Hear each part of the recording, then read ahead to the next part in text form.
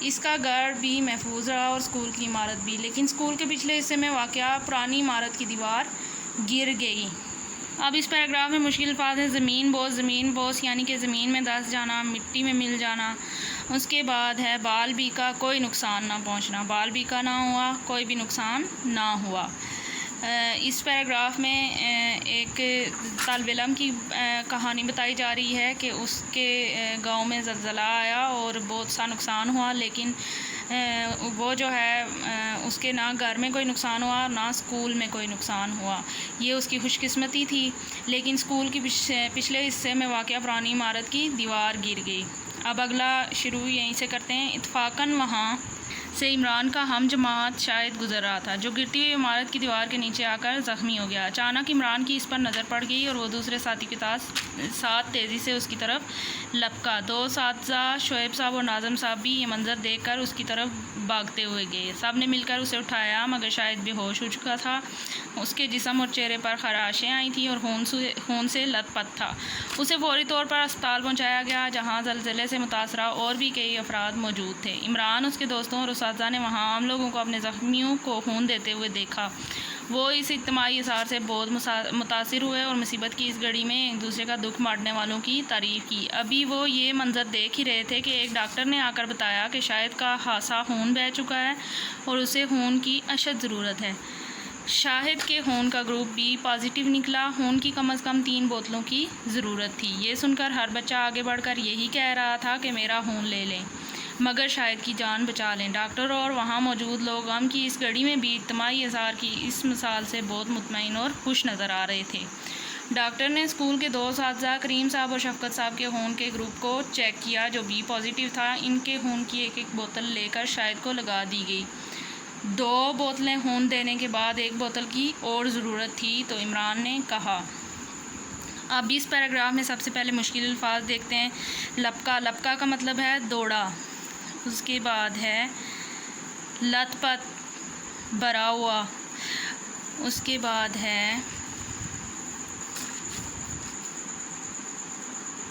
اجتماعی کا مطلب ہے گروہ کی شکل میں جو ہوتے ہیں۔ اس کے بعد خاصا بہت زیادہ، اشد زیادہ۔ اس کے بعد اس میں کوئی ایسا مشکل لفظ نہیں ہے۔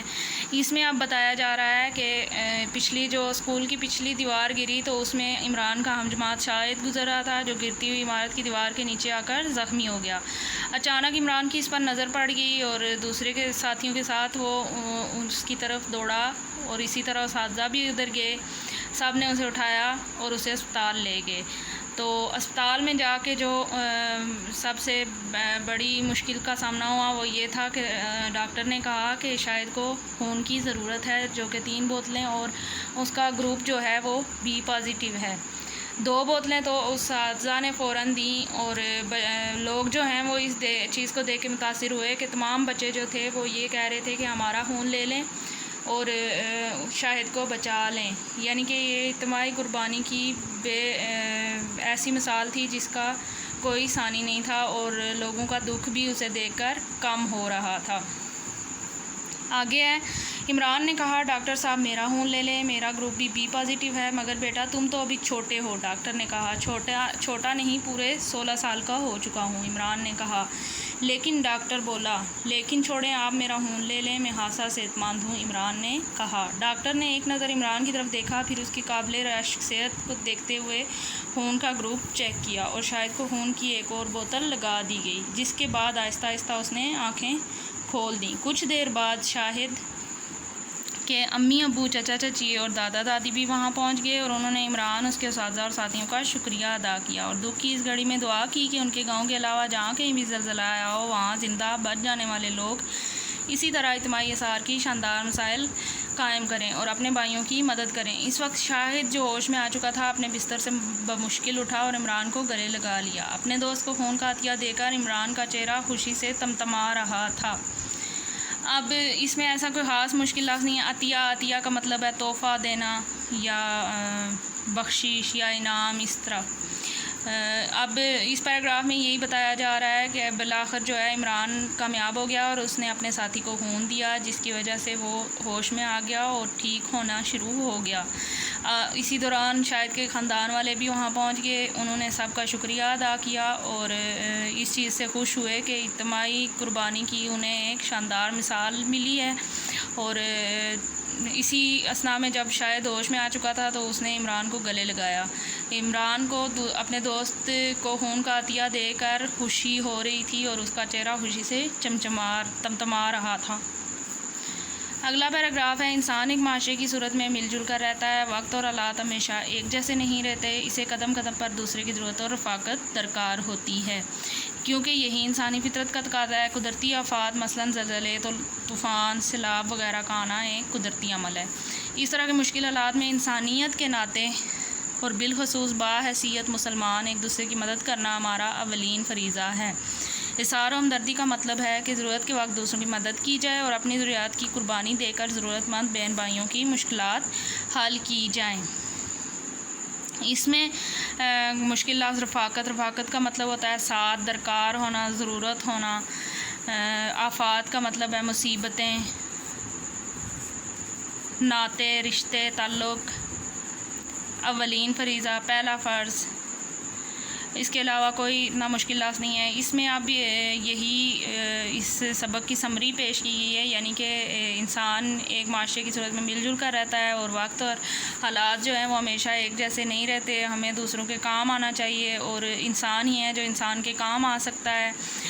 قدرتی آفات جو ہیں وہ ایک قدرتی عمل ہے اور ان سے نمٹنے کے لیے سب سے زیادہ ایک دوسرے کے ساتھ کی ضرورت ہوتی ہے، اور بالخصوص باحیثیت مسلمان ایک دوسرے کی مدد کرنا ہمارا اولین فریضہ ہے، کیونکہ اسلام بھی ہمیں اظہار اور قربانی کا درس دیتا ہے۔ اور اظہار اور ہمدردی کا مطلب ہے کہ ضرورت کے وقت دوسروں کی مدد کی جائے اور اپنی ضروریات کی قربانی دے کر ضرورت مند بہن بھائیوں کی مشکلات حل کی جائیں۔ اب آگے ہم مشق کی طرف چلیں گے۔ سب سے پہلے مشکل الفاظ کے معنی ہیں۔ سب سے پہلا لفظ ہے اثار کا مطلب ہے قربانی۔ تباہی کا مطلب ہے بربادی، خرابی۔ تمتمانا، گرمی یا غصے سے چہرہ سرخ ہو جانا۔ خراشیں، زخم کی ہلکی لکیریں۔ زمین بوس، زمین میں دھنس جانا۔ شدت، سختی، زور۔ عطیہ، بخشش، تحفہ، انعام۔ محفوظ، صحیح سلامت۔ اب مشقی سوالات کی جانب چلتے ہیں۔ پہلا سوال ہے، عمران کا گاؤں کس آفت کی زد میں آیا؟ عمران کا گاؤں زلزلے کی زد میں آیا۔ کیا جواب ہے اس کا؟ عمران کا گاؤں زلزلے کی زد میں آیا۔ زلزلے سے کیا کیا نقصانات ہوئے؟ زلزلے سے بہت زیادہ نقصانات ہوئے۔ گاؤں کی کچی پکی تمام عمارتیں زمین بوس ہوئیں۔ اگلا سوال ہے، زلزلے سے متاثر شاہد کا کیا علاج کیا گیا؟ زلزلے سے متاثر شاہد کا علاج یہ تھا کہ اسے 3 بوتل خون کی ضرورت تھی جو اسے لگا دی گئیں۔ اگلا سوال ہے، زلزلے سے بچ جانے والے زلزلے سے متاثر ہونے والوں کی کس طرح مدد کر رہے تھے؟ زلزلے سے بچ جانے والے زلزلے سے متاثر ہونے والوں کو جن کو خون کی ضرورت تھی انہیں خون دے رہے تھے اور اجتماعی اثار کی مثال قائم کر رہے تھے۔ اجتماعی اثار سے کیا مراد ہے؟ اجتماعی اثار سے مراد ہے گروہی قربانی، یعنی کہ اجتماع کے طور پر جو کام کیا جائے، اکٹھے مل کر جو کام کیا جائے۔ اگلا سوال ہے، شاہد کی جان بچانے کے لیے کس کس نے خون کا عطیہ دیا؟ تو شاہد کی جان بچانے کے لیے 2 اساتذہ اور عمران نے خون کا عطیہ دیا۔ اس کہانی سے ہمیں کیا سبق حاصل ہوتا ہے؟ اس کہانی سے ہمیں یہی سبق حاصل ہوتا ہے کہ ضرورت کے وقت ایک دوسرے کے کام آنا چاہیے اور اظہار اور قربانی کا درس اللہ تعالیٰ نے بھی ہمیں دیا ہے، اسلام بھی ہمیں یہی درس دیتا ہے اور ہمیں ہمیشہ اظہار اور قربانی سے کام لینا چاہیے اور دوسروں کی مدد کرنی چاہیے۔ اگلا سوال ہے، متن کے مطابق خالی جگہ پر کریں۔ پہلی ہے، عمران کا ڈیش شاید وہاں سے گزر رہا تھا۔ عمران کا ہم جماعت شاید وہاں سے گزر رہا تھا۔ دوسری ہے، عمران دوسرے بچوں کے ساتھ ڈیش میں کرکٹ کھیل رہا تھا، گراؤنڈ میں کرکٹ کھیل رہا تھا۔ اپنے دوست کو خون کا عطیہ دے کر عمران کا چہرہ خوشی سے ڈیش رہا تھا، تمتما رہا تھا۔ شاید ڈیش ہو چکا تھا، شاید بے ہوش ہو چکا تھا۔ اگلا سوال ہے، متن کے مطابق درست جواب پر ٹک کا نشان لگائیں۔ عمران گراؤنڈ میں کھیل رہا تھا، ٹینس یا کرکٹ کھیل رہا تھا۔ اگلے صفحے پہ جاتے ہیں ہم لوگ۔ شاہد کے خون کا گروپ تھا A positive, B positive, B negative, A negative. کیا تھا اس کا؟ B positive. خون دینے کے وقت عمران کی عمر تھی 15 سال، 18 سال، 16 سال یا 17 سال۔ تو کیا عمر تھی اس کی؟ 16 سال۔ اگلا سوال ہے درج ذیل الفاظ کے جملے اس طرح بنائیں کہ ان کے معنی واضح ہو جائیں۔ یہاں میں آپ کو ان کے معنی بتاتی ہوں۔ زلزلہ ایک آفت کا نام ہے جو قدرتی طور پر ہوتی ہے، تو زلزلہ کا جملہ کیا ہوگا؟ زلزلے سے تمام شہر زمین بوس ہو گیا۔ اگلا ہے اثار۔ اثار کا مطلب قربانی، تباہی کا مطلب بربادی، خوش قسمتی، اچھی قسمت، رشک، فخر۔ اب ان کے جملے آپ نے خود سے بنانے ہیں۔ اگلا سوال ہے ہم درج ذیل الفاظ کے متضاد لکھیں۔ زمین، آسمان، گاؤں، شہر، بے ہوش، باہوش، مصیبت، راحت، دکھ، سکھ، خوشی، غمی۔ اگلا سوال ہے لغت سے مندرجہ ذیل مشکل الفاظ کے معنی لکھیں۔ تو ان کے معنی لکھنے ہیں۔ اجتماعی۔ اجتماعی کا مطلب ہے گروہی، قصبوں، چھوٹے شہروں، شاندار، بہت اعلیٰ، متاثرہ، متاثر ہونے والا، قابل رشک، قابل فخر۔ آگے ہے کہ محاورے کے لغوی معنی گفتگو اور بات چیت کے ہیں۔ اہل زبان کے اسلوب بیان کے مطابق ایسے کلمے یا کلام کو محاورہ کہتے ہیں جو حقیقی معنوں کی جگہ مجازی معنوں میں استعمال ہو۔ محاورہ دو یا دو سے زائد الفاظ کا مجموعہ ہوتا ہے۔ مٹھی گرم کرنا، اس کے مجازی معنی ہے رشوت دینا۔ پانی پانی ہونا کے معنی ہے شرمندہ ہونا۔ یہ ان محاورات کے مجازی معنی ہیں۔ اگلا سوال ہے کہ مندرجہ ذیل محاورات کے معنی لکھیں اور انہیں اپنے جملوں میں استعمال کریں۔ ان کے میں آپ کو معنی بتاتی ہوں اور ایک کا جملہ بنا کے دیتی ہوں، باقی آپ نے خود بنانے ہیں۔ زمین بوس ہونا یعنی کہ خاک میں مل جانا، مٹی میں مل جانا۔ زلزلے سے تمام عمارتیں زمین بوس ہو گئیں۔ دکھ بانٹنا مشکل میں ساتھ دینا۔ دل کھول کر یعنی کہ بہت زیادہ تعریف کرنا یا کوئی بھی بات کھلے دل سے کرنا۔ بال بیکا نہ ہونا، کوئی تکلیف نہ ہونا۔ خوشی سے تمتمانا، خوشی سے چہرہ سرخ ہو جانا۔ اگلے صفحے پہ جاتے ہیں ہم لوگ۔